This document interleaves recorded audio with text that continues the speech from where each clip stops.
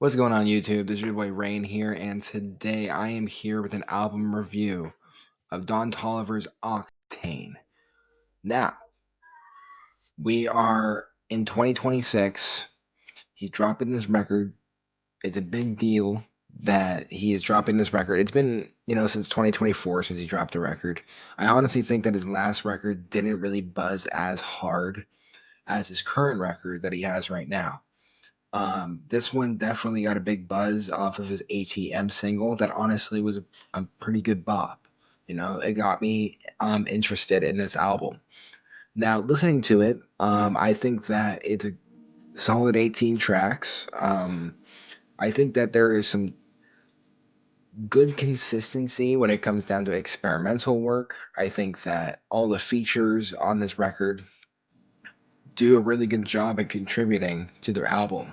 Like Yeet, Travis Scott, Tizo Touchdown, and Pharrell Williams' production as well was all over this thing, and Travis produced on this album too.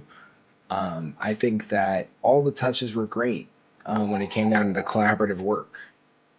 Specifically, I think that the big thing for me when it comes down to what makes this album a pretty solid record, honestly, is how catchy a lot of these songs are, and a lot of the instrumental choices being very experimental and just trying something different instead of it being very quantity over quality like it was on his last few albums. He's really trying on this. You can really tell that there's a lot of attention to detail on the production side of things.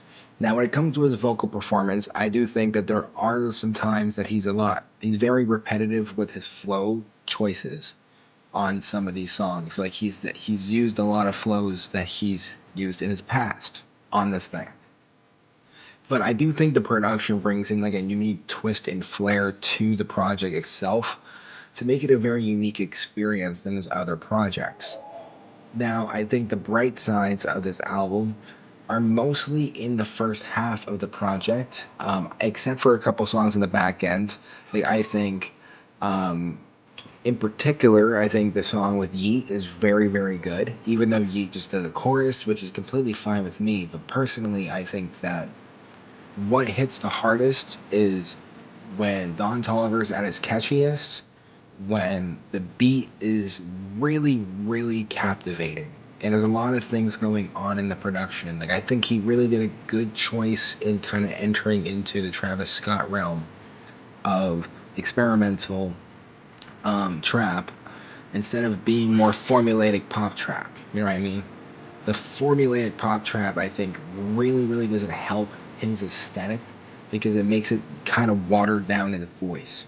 I think that with a unique sound, like when he brings guitars in, when he brings in hard rage synths, it's very unique. Also, I will bring up the fact that he did have some kind of metal type vocals on this record, which I was genuinely shocked about. But I think it actually was delivered really, really well, and it makes me curious if he like works on like some sort of alternative R&B album. What it would sound like? I think it would sound incredible because I think he's already heading down that direction musically. Now I think the only things that I would say that fault the album is there are some songs that I find to be a little bit boring that last a little bit too long. The one song with Travis Scott in particular, I think, just lasts a little bit too long, and it kind of just like, stays on the same flow pattern for majority of the song. And like Don Toliver's at his best when he's doing flow switches, when he's making it very engaging with his voice, not when it's kind of like just a one crooner, like usually how Travis Scott does his music. I also think consistently, the production wasn't always at its best. I think the best songs had incredible production. I think the songs that were at its lowest were a lot more one noted production, not as many beat transitions, not as much experimentation.